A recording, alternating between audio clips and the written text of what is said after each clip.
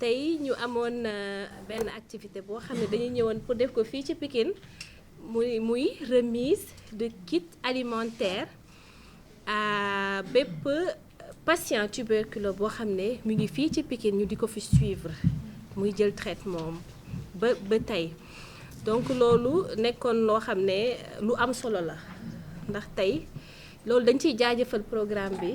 vraiment di ci jaajëfal ambassadeur am muy Pape Diouf ndax tey kit alimentaire boobu nga xam ne dañ koy jox malade yi nga xam ne dañu am feebaru tuberculose vraiment ndimbal la boo xam ne dafa am solo ci traitement parce que yëg-yëg la te dafa am solo nit ki nga xam ne tey amee na jàngoro wala lenn mu xam ne yëg nañu ne xam na ne aussi dañu koy accompagner ci feebaram te feebar bi nekk na loo xam ne luy wér la ndax ministère de la santé ak programme bi teg nañ ay action yoo xam ne tey feebaru tuberculose dañ koy prévenir d'abord balaa ñuy faj dañuy prévenir ndax boo juddoo rek am na vaccin buñ la tegal boo xam ne buñ la ko ñekkee yàlla musal la ci tuberculose bu loolu weesoo programme bi day continuer day def ay activité de sensibilisation pour population bi xam lan mooy feebar bi ak naka lañ koy moytoo bu loolu lépp weesoo ba nga xam ne nit ki am na feebar bi tamit dañuy ñëwaat ki ko am dañ koy topp vraiment garab bi c'est gratuit ministère da koy teg au niveau des structures dépistage bi c'est gratuit lépp daf lay accompagner pour nga mën a wër bu loolu lépp weesoo en programme bi ñëwaat encore di gunge malade yooyu vraiment di leen jox ay kit alimentaire mu doon loo xam ne lu ñu rafetlu la vraiment di ko ci sant di ko ci gërëm di sant aussi son ambassadeur monsieur Pape Diouf merci beaucoup. léegi wax dëgg yàlla man de moom ab malade la affaire bi jabet la ma njëkk kii bi la ma jabet la ma njëkkoon a dikkee comprendre mais après bi ma ñëwee di def traitement madame si wax dëgg yàlla moom jàpp na si bu baax a baax ndax ba may ñëw fii oto moo ma daan indi fii di jóge ginnaaw raay di ñëw fii mënu ma woon a dox yàlla rek moo tax may wax mënu ma woon a dox oto moo may indi ba fii sama buntu kër la ma oto bi jëlee di ma indi ba fii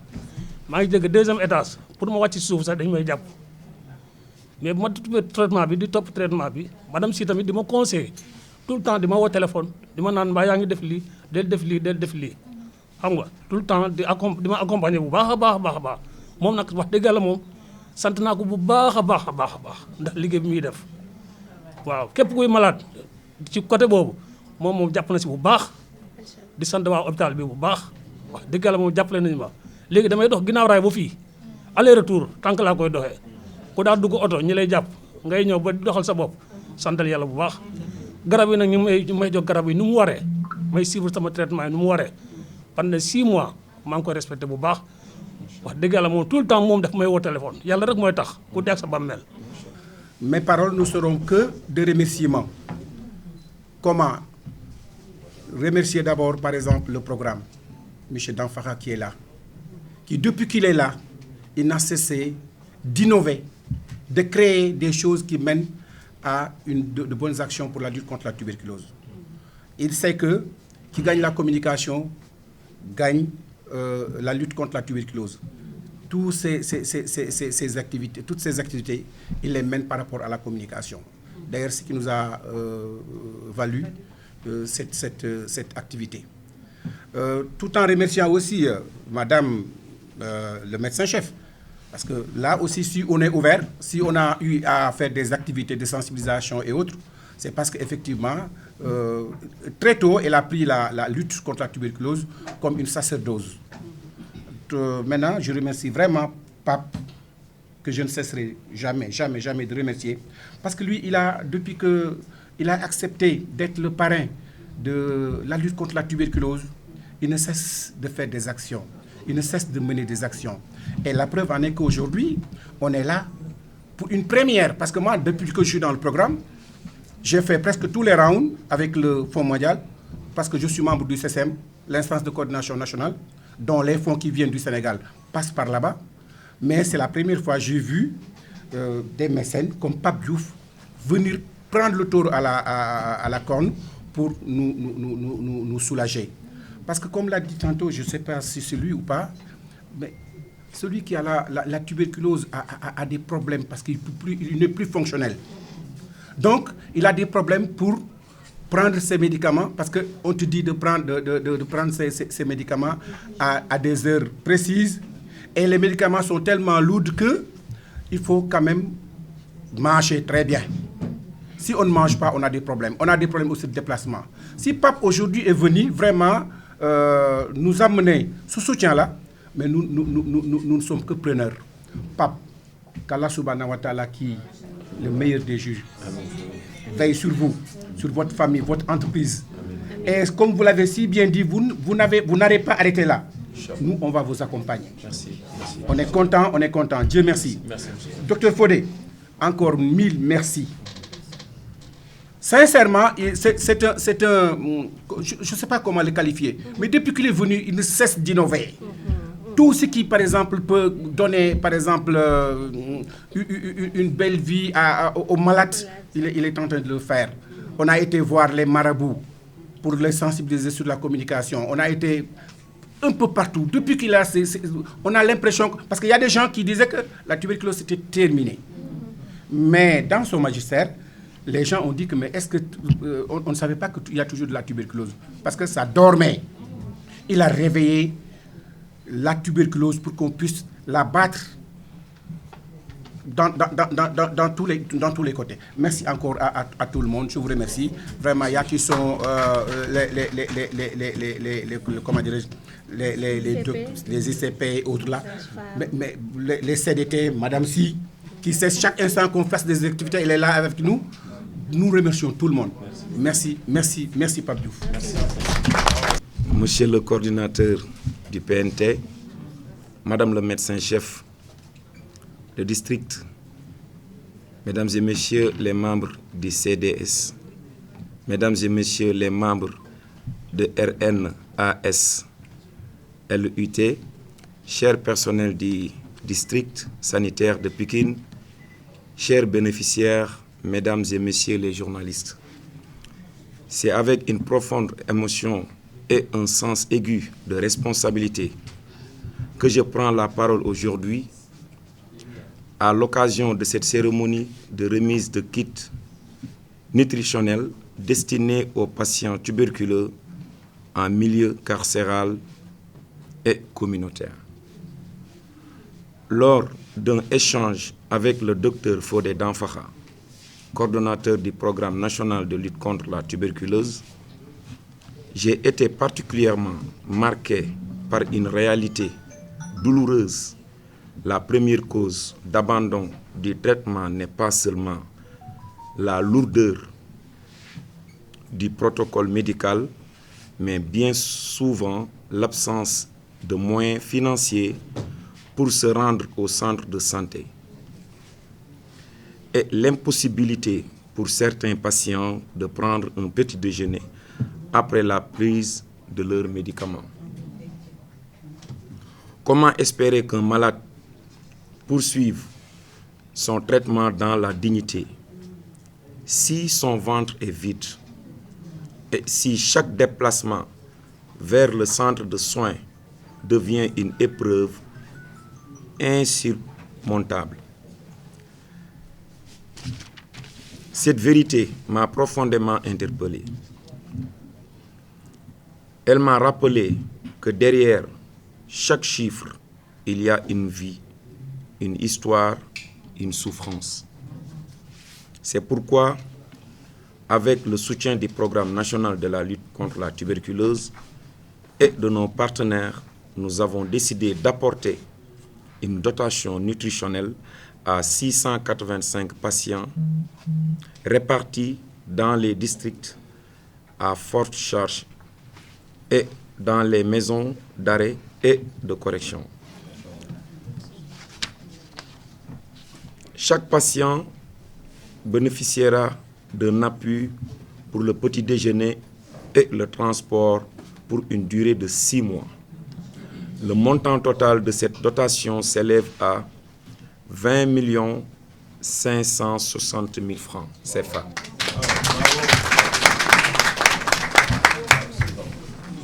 Cette initiative n'est pas une solution définitive, mais elle est un geste de solidarité, un signe d'humanité et un appel à l'occasion collective. Toutefois, elle ne couvre qu'à 4% des patients tuberculeux. C'est pourquoi j'appelle chacun de nous, institutions, partenaires privés, notamment les entreprises agroalimentaires, la société civile, les artistes comme moi, les sportifs, les bonnes volontés à se joindre à cet élan de solidarité pour contribuer à l'élimination de la tuberculose dans notre pays, le Sénégal. Étant moi-même un natif de la banlieue, j'ai choisi de commencer cette initiative par les districts de Pikine et Guédiawaye. Mais mon engagement ne s'arrêtera pas là. Je compte parcourir l'ensemble du Sénégal pour apporter mon soutien moral à tous les patients tuberculeux. Ces malades ont besoin d'un accompagnement psychosocial, d'écoute et de solidarité, et non de rejet ou de stigmatisation. Je tiens à saluer le travail remarquable des équipes de santé, des organisations communautaires, des associations de patients tuberculeux et de tous ceux qui, chaque jour, se battent pour que la guérison devienne une réalité. Je rends un hommage particulier au docteur Fodé Danfakha, dont la vision et la rigueur inspirent cette mobilisation. Ensemble, nous avons le pouvoir de faire reculer la tuberculose. Ensemble, nous pouvons bâtir un Sénégal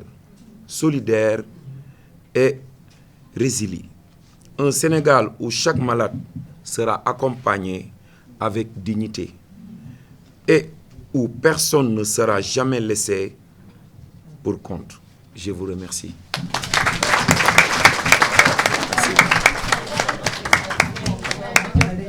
Docteur Fodé Danfakha nekk coordonnateur programme national de lutte contre la tuberculose comme ni mu ko waxee peut-être maa ngi ci sama 9e 10e mois bi ma ñëwee ci programme bi ba léegi di sant di gërëm médecin chef de district bi nga xam ne moom moo ñu dalal tey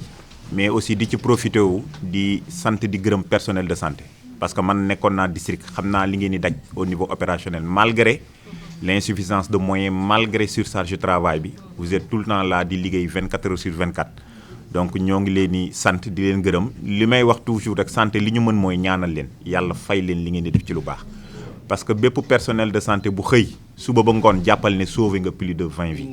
parce que peut-être kooku su jaarutoon sa loxo après mën na ko indil ay complications di sant di gërëm madame Sy bi nga xam ne témoignage bi wane na ko et que c'est unanime ci malade yëpp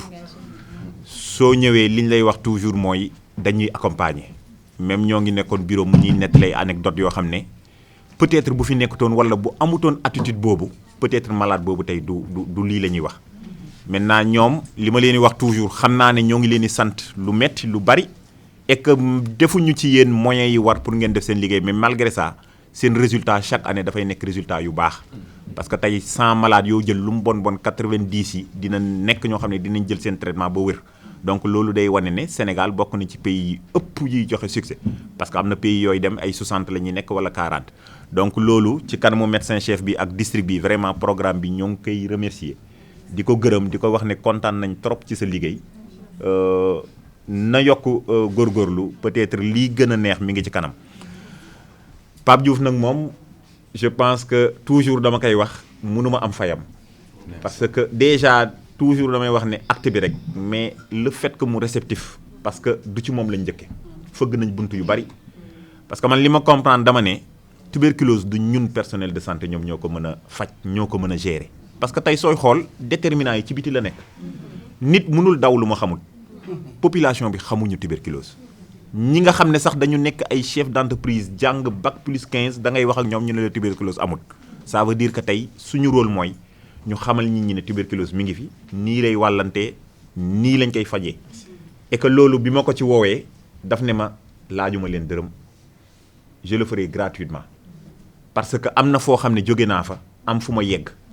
man li ma yàlla may muy sama kàddu dinaa ko def ci nga xam ne dina jëriñ Sénégal et que je pense que tey loolu la ñuy woo ci bépp porteur de voix que yow li la yàlla may parce que moom tey fi baatam àgg sama baat àggu fa tey Pape Diouf su génnee télé wax ñi koy déglu ñi koy gëm dina ëpp que man su ma waxee donc vraiment loolu ñoo ngi ko ci sant di ko gërëm ak équipe am Alioune Badara bi nga xam ne vraiment moom laa ëpp li may liggéeyal lépp luy coordination ci moom laa koy def di leen sant di leen gërëm di wax rek toujours yàlla na leen yàlla fay li ngeen di def jàpp leen ne 5 minutes boo def ci communication sauvé nga des centaines de vies parce que tey tuberculose nekk na loo xam ne ci àdduna bi nee nañ mun nañ ne chaque 3 secondes am na ko ci ñàkk bakkanam ci àdduna bi Sénégal tey chaque 18 heures am na ko ci ñàkk bakkanam donc je pense que nit bu jëlee 5 minutes wax ci tuberculose jàppal ne dina koo xam ne kat feebaroon na di dem ci sëriñ yi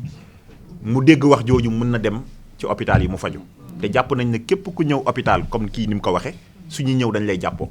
mais booy génn da ngay daw ñibbi sa kër donc loolu day wane ne traitement bi c'est efficace ku ko jël na mu waree da nga faju mais dafa am lenn lu mu àndal gis nañ ne jël traitement bi rek doyut parce que dafa nekk garab boo xam ne dañ naan la boo koy jël bu lekk mais boo ko jëlee ba pare il faut que nga lekk professeur Massamba da ko doon wax daf naan war nañ xoolaat garab bi parce que man gis naa ne bi ma ko jëlee ba wér dafa mel ne dama gën a yokk sama doole parce que effectivement boo koy jël daf lay lekk loo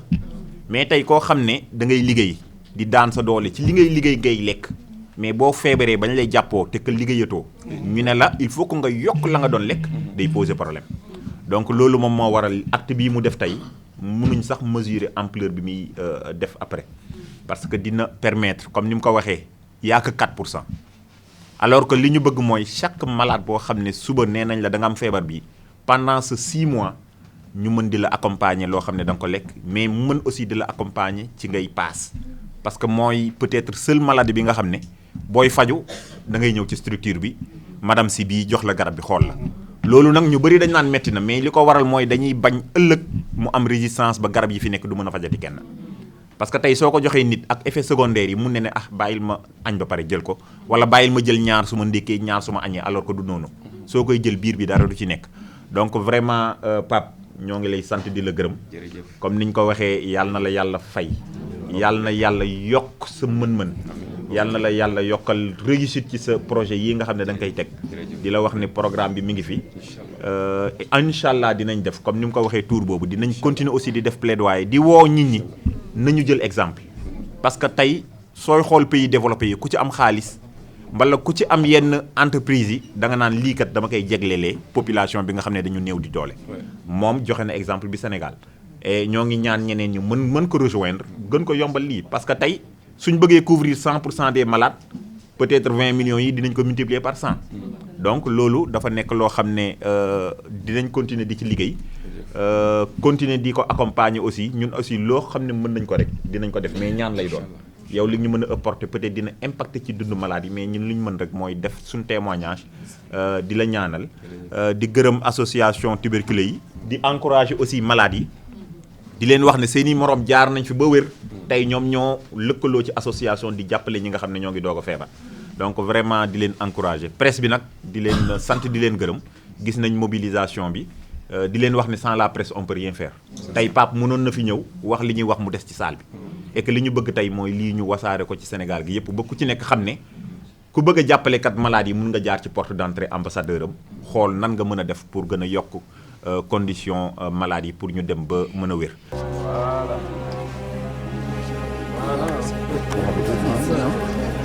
C'est bon? C'est bon.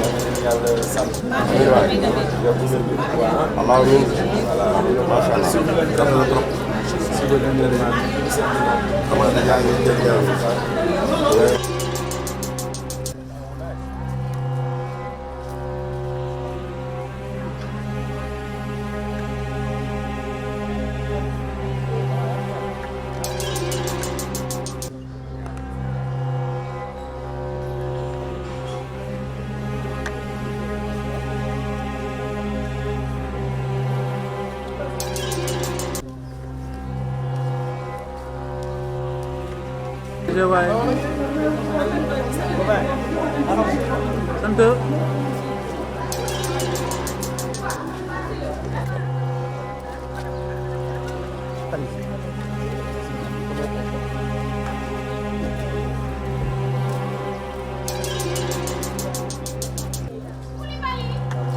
donc moom depuis que le coordonnateur du Fodé Danfakha est nommé mi ngi koy jàppale bu baax ci wàllum communication bi ci tuberculose di sant bu baax équipe bi nga àndal yëpp su loolu weesoo aussi ñi ngi sant di gërëm bu baax ñi nga xam ne mooy ñooy suñuy prestataires yi nga xam ne si ñoo nekk ci poste de santé yi ak équipe yi nga xam ne si ni ñoom ñoo leen di jàppale moom mooy surtout les acteurs communautaires te acteurs communautaires yi buñ ko limee les bàjjenu gox sont là depuis 8 heures ñi ngi fi mobilisé wu les relais communautaires aussi sont là depuis 8 heures aussi ñi ngi fi mobilisé wu di sant bu baax suñu partenaires yi nga xam ne si nii ñoo ñuy jàppale ci lutte contre la tuberculose. Plan est là, le superviseur communautaire de Plan. Il y a aussi RNH Lutte qui est là, Adama. Ñu ngi leen di sant di leen gërëm bu baax a baax a baax a baax donc di leen dalal donc je crois que docteur Danfakha ak l'artiste Pape Diouf dina ñëwaat bu baax ci li nga xam ne si moom ñoo ñu fi dajale. di sant particulièrement aussi ki nga xam ne si moom mooy le CDT CDT nag boo gisee mooy la responsable du centre de traitement de lutte contre la tuberculose mooy ki nga xam si ni bu maladie yi ñëwee moom la ñuy dajeel moom moo leen di suivre pendant le traitement moom mooy madame Diako Hélène Dia mi ngi nii ñu ngi koy sant di ko bërëm bu baax a baax. fàtte wuñu aussi la direction régionale de la santé moom mooy monsieur Sissoko qui est là di ñu jàppale bu baax mooy superviseur bi nga xam si nii mooy superviseur du programme au niveau de la direction régionale de la santé de Dakar donc je crois que lépp mat na. ñi fi war a teew ñëpp ñu ngi fi teew donc ni ñuy def rek moom mooy jox kàddu ki nga xam si ni moom mooy Fodé Danfakha on n'a pas oublié les CDS les comités de développement sanitaire yi nga xam si ni ñoom it ñu ngi fi teew y a le SE de Wakhinane qui est là y a aussi le trésorier de Wakhinane qui est là ak ñeneen ñëpp waa Daaru Rahman waa Daaru Xaan ñoom ñëpp ñu ngi fi teew donc di leen yëgal ni donc y a une forte mobilisation du district de Guédiawaye autour du centre de santé de Wakhinane qui est le site principal de prise en charge mais il faut savoir aussi que prise en charge bi dañ ko décentraliser au niveau des postes de santé pour mën a soulager ñi nga xam si ni moom mooy patients yi mais fii aussi boo xoolee am nañ fi site de diagnostic moom mooy le Gene Expert que le programme nous a donné qui marche très bien avec 4 modules donc di santaale bu baax li nga xam si moom mooy prestataires yi def diagnostic bi waa laboratoire les médecins les infirmiers chefs de poste le major du centre de santé le médecin de chef du centre de santé qui est mon adjoint docteur Anne ñoom ñëpp ñu ngi fi teew ñu ngi leen di sant di leen gërëm bu baax a baax donc nous allons donner la parole à docteur Danfakha d'autant plus que nous sommes pris par le temps merci beaucoup allez-y docteur. merci Pape Diouf di ko sant di ko gërëm ak ñëpp te équipe bu ñu àndal. di leen wax ne ñun mbégte bu rëy la ñu am koo xam ne dañuy jàppale ci xeexu jàngoro tuberculose ndax bu ñu na ko coordonnateur waxee boo xoolee région de Dakar moom mooy région boo xam ne moo ëpp lu ñuy am ci cas de tuberculose te tuberculose boo xoolee ñu muy faral di gën a dal ñooy dañuy am ay jafe-jafe te bu ñu leen jàppalee ci wàllu seen transport ak aussi seen wàllu lekkin loolu day gën a yombal paj mi te yaakaar naa lii Pape Diouf def lancement la te ñi ngi ñaan vraiment mu continuer ba mu gën a law ba mën a daj Sénégal yëpp di ko ñaanal vraiment di ko féliciter di ko encourager di ko wax ne direction régionale am na mbégte vraiment ci action yi te muy mëne vraiment yàlla na ko yàlla taxawu maladie taxawu Sénégal taxawu fajkat yëpp loolu laa amoon lu ma wax di sant di leen gërëm jërëjëf. merci beaucoup Sissoko. dinaa ko waxoon keroog waxoon naa ko mairie ba dinaa ko waxaat coordinateur maa ngi encourager sa action li ngay def gis nañ ko bu baax a baax a baax a baax médecin chef gis nañ li ngay def parce que c'est une première coordinateur déplacé wu di ñëw banlieue ba ma nekkee fi ba tey maa ngi koy doog a gis li nga bëgg a si tuberculose bii yan na kawe sa njot di wax suñu kii Pape Diouf di wax suñu ambassadeur li nga bëgg si programme bi li nga siy def yan na nga ko dabu di wax nag maladie yi aussi aw ma seen fay prestataires yi aw ma seen fay bàjjenu gox yi maa ngi leen di nuyu di leen ziar aw ma seen fay CDS bi aw ma seen fay plan bee ñu xot rek xaar ma jox sama benn patient mu. man la Habibatu Diallo man jàngoro bi sama borom kër moo ko amoon chauffeur taximan la woon muy sëqat mu daal di feebar mais nangul woon dem hôpital Fann si maladie infectieuse yi boo fekk na feebar bi gañe na ko yàlla def li gën ci moom man nag may muuru ci muuru bi laay sentir sama yaram ma feebar may sëqat bu guddee bu ma tëddee sama yaram day tàng jër ma amee ñaq boo xamante ne dafa mel dañ may sotti ndox ci laa demee hôpital Dalal Jàmm ba ma demee Dalal Jàmm médecin bi xool ma bindal ma ordonnance ba ma bindalee garab di ma suivre mais amul résultat ba ma delluwaatee ci moom nag ma ne ko maa ngi jël garab yi mais gisuma ci traitement gisuma ci benn kii boo xamante ne tan boo xam ne war naa ko mën a sentir après cela ko ne sama jëkkër dafa amoon feebar bi ndax moom da doon sëqat waaye yàlla def na li gën ci moom ci la ma bindalee rek rajo dama def rajo bi rek résultat yi génn mu ne ma sa dënn bi yëpp ndox la mu ne ma sa dënn bi yëpp ndox la après sa lañ ma dindilee ndox mi bindal may kéet indi ma fii na hôpital Waxinaan fii si madame Dia ba ma ñëwee fii si madame Dia mu dalal ma ne ko maa ngi ñàkk sama borom kër yor samay doom di muuru kan dinaa wàll samay doom feebar bi mu ne ma non non yow sa bos du wàlle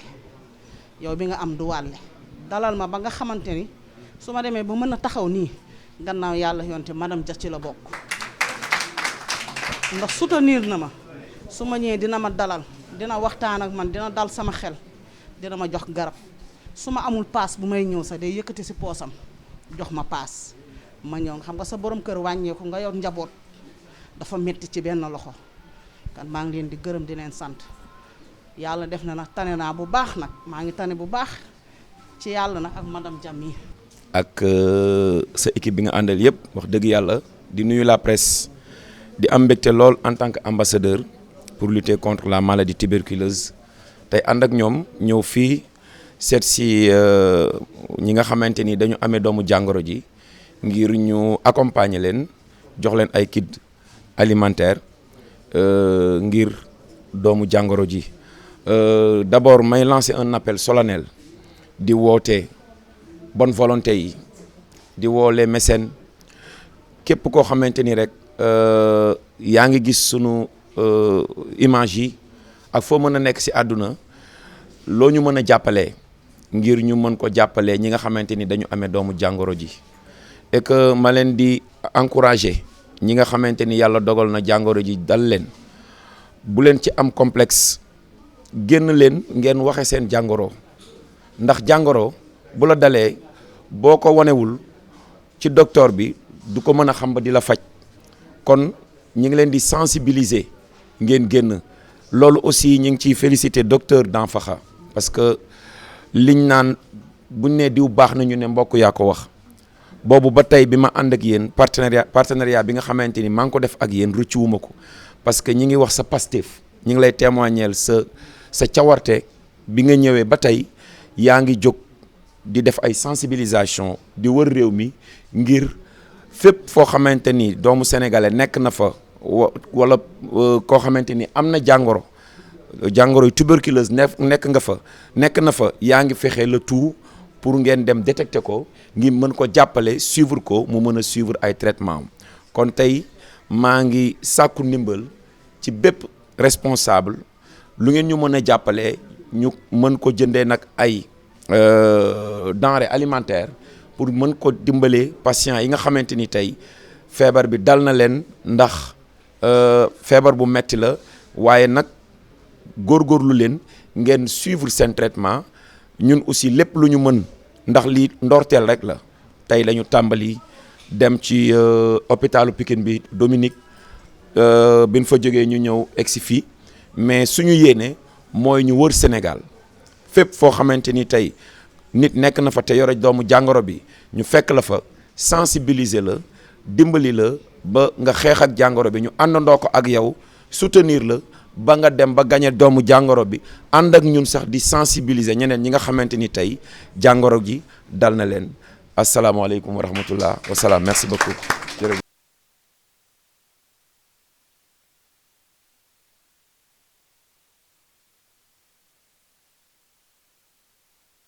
asalaamaaleykum maa ngi nuyu ñëpp di gërëm ñëpp aussi di gërëm Pape Diouf mi fi teew tey te gis naa am na solo trop li mu fi indi ndax man maa ngi tudd Ramatoulaye Gaye ndax man aussi jaar naa ci tuberculose dund naa ko lu ëpp 6 mois maa ngi ànd ak moom parce que dama voyagé woon dem Mauritanie mu tombeek weeru koor ne ku nekk xam ne weeru koor doo lekk doo naan parce que da ngay woor donc nag man pour man trajet bi ma defoon ak poussière bi ma àndal loolu moo ma sonal may toog guddi di sëqat di continuer noonu di sëqat su ma ngoonee du ma mën a lekk parce que damay manqué appétit ngoon gi du ma mën a lekk bu ma dogoo du ma mën a lekk bu ma xëyaatee continuer woor mu xaw maa sonal nag ma ne comme noonu damay ñibbi parce que comme damaa war a gaañu bu may dem ma dee Sénégal baale ma dellu noonu ma dajale sama bagage ñibbisi mais bi ma ñibbisee tamit noonu laa doon def di def tour hôpitaux yi di dem di def bilan di def lu nekk sonn li ma amoon yëpp mu jeex ci loolu ba finalement la ñuy doog a découvrir que ni tuberculose laa amee donc nag ci biir bi ma xamee tuberculose laa amee aussi tamit ma sant yàlla tamit di gërëm aussi sama famille ñoom ndax ñoom ñëpp ñoo ma jàppale tey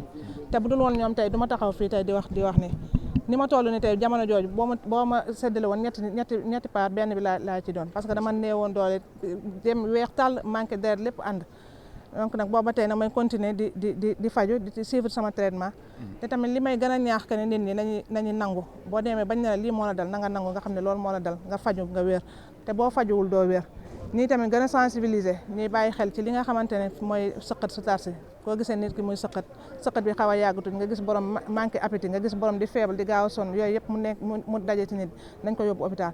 ndax même bu dul moom sax yow ci sa jëm bopp yow mi dara dalul yow loolu mën na laa dimbale ndax tey bu ñu fajee kooku ba mu wér yow amaana du la wàll mais boo ne sa yoon newu ci bés dana ñëw mu dox ba fekk si la ñooy bokk bis yi ñooy ànd fépp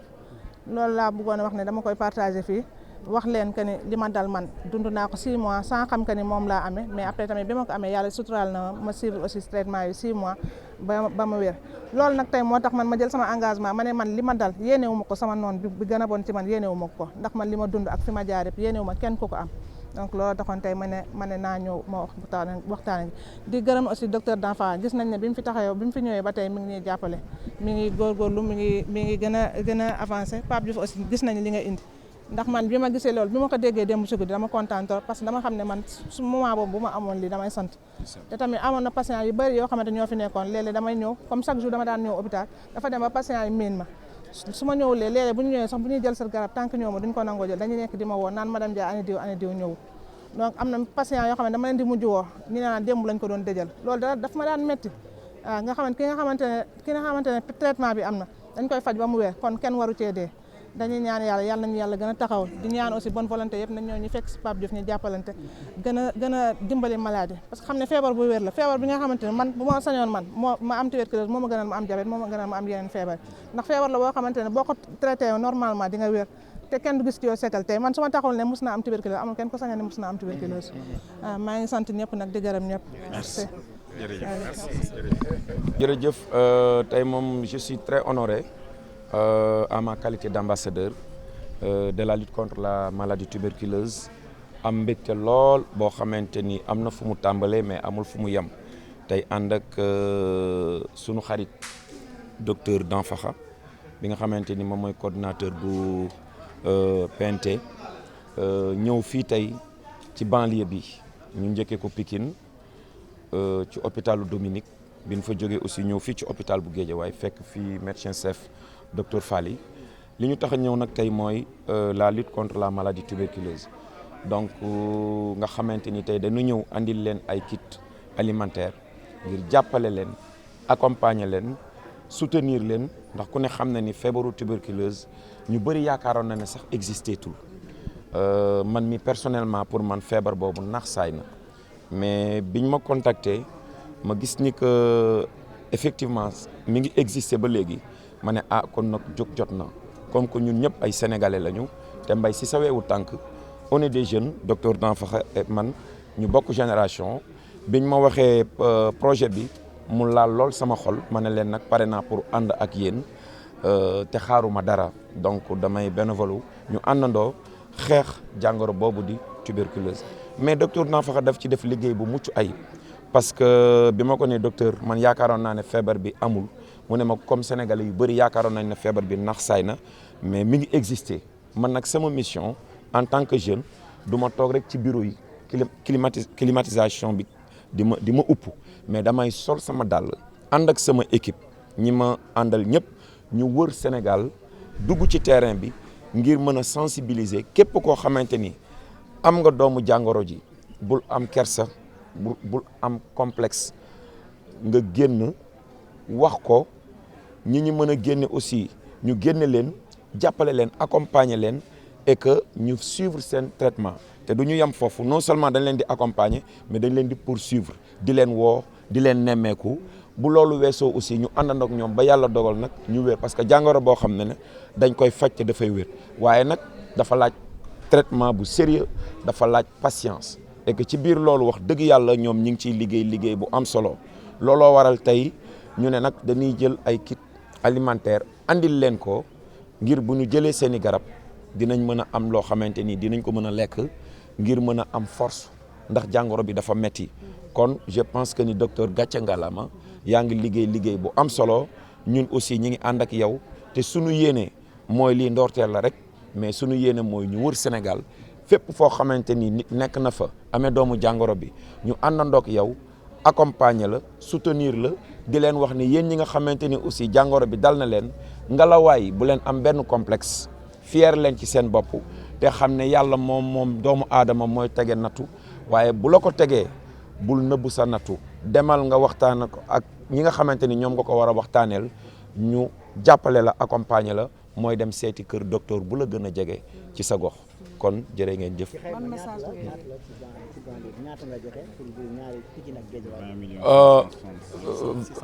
685 kits mais sunu xayma li ñu bëgg mooy lépp lu nu mën a jàppale daal bu ñu mënee am 20 millions. 20 millions la ñu commencé 20 millions la ñu commencé du moins mais sunu yéene mooy dépasser foofu kon maa ngi woo bépp mécène bépp porteur de voix bépp volonté boo xamante ni rek wax dëgg yàlla yaa ngi ñuy seetaan yaa ngi ñuy gis à travers la presse tàllal nañ la sunu loxo ngir ñu jàppale ñi nga xamante ni tey amee nañu doomu jàngoro bi te seen loxo jotul seen ginnaaw jërëjëf. waaw di leen lancer un message solennel autorités yi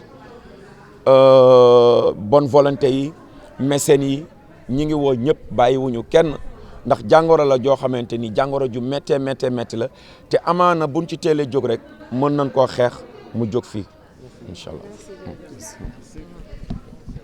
Fakha, je suis le coordonnateur du programme national de lutte contre la tuberculose. Donc nous sommes réunis ici pour un objectif bien précis. Comme l'a dit M. Pape Diouf, un jour on discutait sur les raisons d'abandon des malades tuberculeux parce que je lui disais que sur les 100 malades, il y a au moins 10 qui abandonnaient le traitement. Maintenant, je lui disais que l'une des raisons était que c'est un traitement qui, quand on prend le médicament, après on doit manger pour diminuer les effets secondaires, mais aussi on doit manger pour renforcer le système immunitaire et accélérer la guérison. C'est un traitement qui nécessite tout le temps le déplacement du malade au niveau des structures de santé. Et parfois, certains malades travaillent, mais avec la maladie, ils ne peuvent plus aller à leur lieu de travail, te disent que je n'ai pas le billet pour aller au niveau des structures de santé. Donc, il m'a dit que je vais voir ce que je pourrais faire pour accompagner ces malades. C'est par la suite qu'il a essayé de voir avec ses partenaires pour réunir un montant de 20 660 000 francs qui peut couvrir 685 kits. Ces kits sont constitués d'un appui pour l'alimentation, mais aussi d'un remboursement de transport pour ces malades. Comme il l'a dit, on est en train de faire le lancement au niveau de Pikine et de Guédiawaye, mais l'objectif c'est au moins de couvrir les districts à forte charge pour au moins que ces 685 malades puissent bénéficier de cet appui. L'objectif, il m'a dit, l'objectif c'est de couvrir tous les malades. On sait qu'au Sénégal, on a en moyenne plus de 16 000 cas de malades. Donc si on multiplie, on se rend compte que c'est des centaines de millions. Donc je le félicite vraiment pour l'engagement, pour l'accompagnement. Lui dire que cet acte va sauver des centaines de vies. Parce que comme on l'a dit, un malade tuberculeux qui ne prend pas son traitement peut perdre la vie. C'est l'exemple que la femme vient de dire. Son mari avait la maladie, mais il ne fréquentait pas les structures de santé. Au moment où il a décidé d'y aller, c'était trop tard et que son mari est décédé par la suite. Par contre, elle, le diagnostic a été fait précocement. Elle a pris son traitement et aujourd'hui, elle est là en train de parler avec nous. Juste pour vous dire que l'objectif, c'est un diagnostic précoce, de suivre le traitement. Maintenant, ce qu'il est en train de faire, c'est pour compléter. Accompagner ces malades du côté nutritionnel que financier pourra sauver vraiment des vies. Peut-être ce patient qui était un chauffeur de taxi, s'il avait cet accompagnement, aujourd'hui, il serait entre nous. Mais malheureusement, Dieu en a fait ainsi. Et l'objectif, c'est qu'on n'ait plus de cas comme ça. Les gens ne doivent plus perdre la vie. D'autant plus que le diagnostic est là, gratuit. La prise en charge est gratuite. Il y a cet accompagnement psychosocial et financier. Donc je pense que nous devons multiplier ces efforts pour accompagner les malades et éviter les décès dus à la tuberculose. Donc nous en profitons pour remercier tout un chacun, le district qui nous a reçus aujourd'hui, avec à sa tête le médecin-chef de district, mais aussi le chargé de traitement qui fait un excellent travail vu le témoignage des malades, mais aussi les acteurs communautaires, que ce soit les Badiane de Gox, que ce soit Plan et le programme national de lutte contre la tuberculose. J'ai ici avec moi le président de l'association des malades et j'aimerais vraiment que l'un de ces malades puisse faire un témoignage pour juste raconter les difficultés qu'ils ont eu à éprouver et qu'est-ce qui les motive aujourd'hui à s'engager pour dire que ce qui m'est arrivé ne doit plus arriver à une personne, ne doit plus arriver à un Sénégalais. Donc je vous remercie. S'il y a statistiques yi nga joxe da nga doon wax ne tey maanaam waaw abandonné ak cas yi tey nga tax. Voilà, donc par exemple yow tey dañu seetlu ne téeméeri malade yoo jël dina am fukk yoo xam ne dinañ arrêter seen traitement mais dañu xool ne li ko waral mooy soit dañuy ñàkk doole parce que dafa nekk koo xam ne da doon liggéeyatul amatul loo xam ne moom lay toppatoo njabootam à plus forte raison ñu koy wax chaque jour na paas ñëw ci centre santé bi ñu koy wax aussi chaque jour na yokk li mu doon lekk donc loolu dafa nekk motif yoo xam ne ñu bëri daf koy entraîner beneen bi mooy beneen question. Voilà, donc 16 674 cas lañ enregistré daaw moom li mu indi comme appui lu muy couvrir que 4% des malades la maintenant moo tax su naan mi ngi woo ñëpp ñu ñëw fekk si ko tey su ne commencé naa kat ci 685 et que sama objectif mooy ci année bu bees bii ñu jëm la ma mën a couvrir 16000 cas yi nga xam ne dañu am tuberculose loolu dafa nekk challenge bu am doole dafa nekk défi boo xam ne am na doole mais jàpp naa ne li ñu jot a dund ci Covid nit ñi contribuer je pense que su ko nit ñi fekk see ci lii mu lancé dina réussir mission surtout les entreprises agroalimentaires yi nga xam ne ñoom ci seen responsabilité sociétale mun nañu jël kii indi ceeb kii indi meew kii indi loolu je pense que dina mën a couvrir maladies yi nekk ci Sénégal yëpp jërëjëf.